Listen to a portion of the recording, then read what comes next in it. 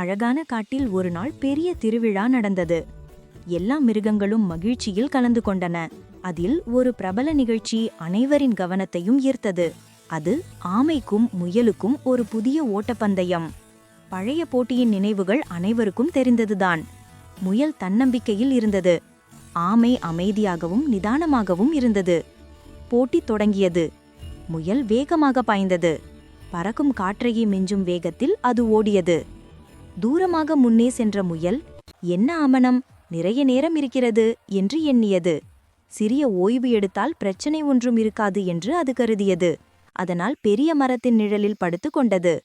மெதுவாக அது தூங்கிவிட்டது. அதே சமயம் ஆமை தனது பயணத்தை தொடர்ந்தது. ஓய்வில்லாமல், விரக்தி இல்லாமல், ஒரு ஓட்டம். நிதானமாக, நேர்மையாக அது முன்னே சென்றது. அதன் மனதில் ஒரே எண்ணம், நிறுத்தாமல் சென்றால் ஒரு நாள் நிச்சயம் முடிவை அடைவேன். சில நேரம் கழித்து முயல் கண் திறந்தது. ஆமை எங்கே இருக்கிறது என்று பார்க்க பீதி அடைந்தது. ஓடிக்கொண்டே போய் இறுதிக்கோட்டுக்கு வந்தது.